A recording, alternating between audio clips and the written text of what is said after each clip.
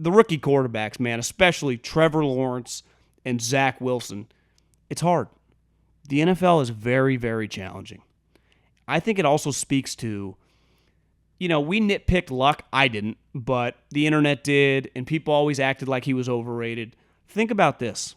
Andrew Luck, his rookie season. Now, they weren't your normal 2-14 team because they had been really good with Peyton Manning. They were just a Peyton Manning-led operation, but without him, we all watched it. It was gross. But when Andrew got there, they still had some good players, right? They had Freeney, they had Mathis, they had Reggie Wayne. They drafted T.Y. in that draft. So immediately they just had some impact guys. But they were clearly a pretty flawed team. And for a rookie to come in, he wasn't going to be able to be like Peyton Manning. Still got him double-digit wins into the playoffs. With Chuck Pagano as his head coach and Ryan Grigson as his general manager. I think that's aged pretty well. Now, is Chuck Pagano, who had been in the NFL, like Urban Meyer never been in the NFL. Clear, Urban Meyer is well over his head. Has no clue what he's doing. But today I looked at the matchups, especially with Trevor Lawrence and with Zach Wilson. They were playing Belichick and Vic Fangio. You went like, you know what? Trevor, this is not like playing Georgia Tech or Miami, who's god-awful, or Florida State, who's also god-awful. Let's face it, the ACC, I live out here on the West Coast. I see how much crap our conference takes, the Pac-12, and it didn't have a great week. a lot of losses. The ACC is equally as terrible. Honestly, it's probably worse. They just have Clemson, and the Pac-12 these last 4 or 5 years haven't had a top team.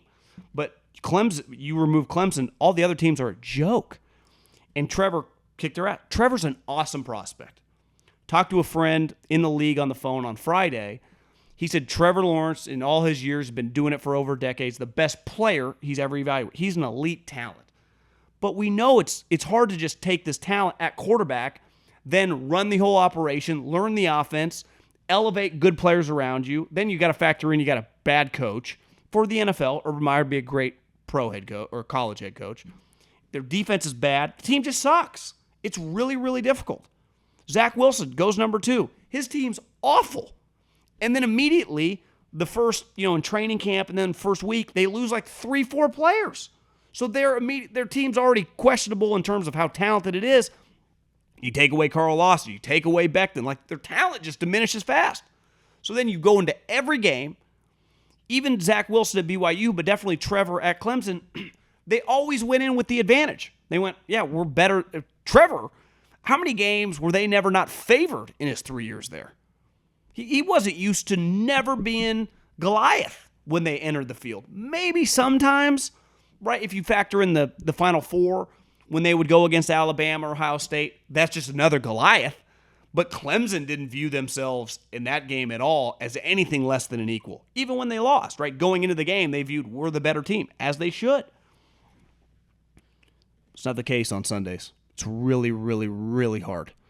He didn't even throw for 120 yards, Trevor. Zach Wilson threw 4 picks. Should we be shocked? He was playing Bill Belichick. You ever heard of him? The greatest coach of all time? I don't even necessarily hold today against Zach, but I think both these guys, the learning curve is dramatic. It's just very, very difficult. The expectations are outrageous.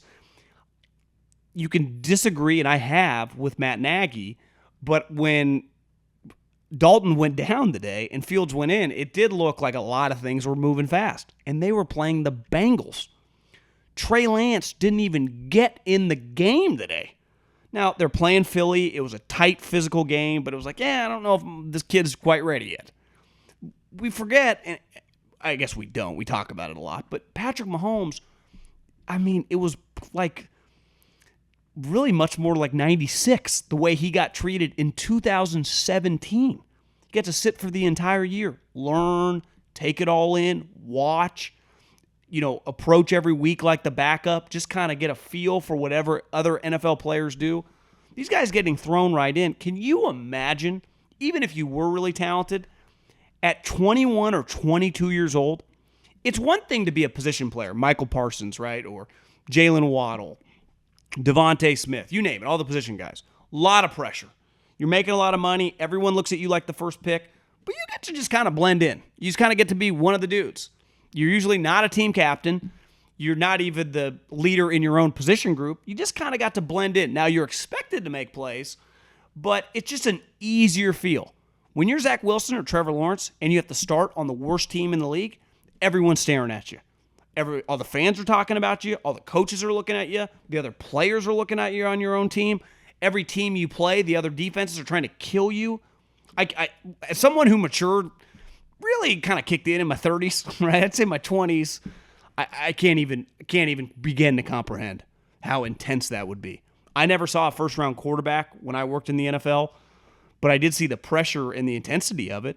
I did see Derek Carr, my second year at Fresno State, come in. Coach Hill didn't name him the starter, made him the backup. Just didn't think he was quite ready at 18. And Derek disagreed, I remember. Now, I would have, if I sat down with Derek, who blocked me on Twitter a long time ago because he thought I was too negative about the Raiders, which wasn't a total lie, but they were really terrible at the time. I was probably tweeting negative things.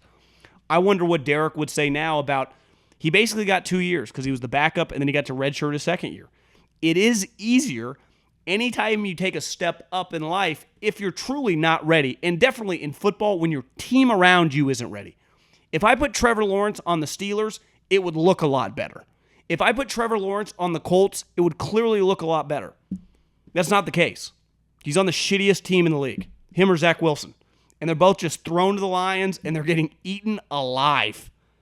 Eaten alive. But if they're able to mentally handle this, and failure sometimes breaks people.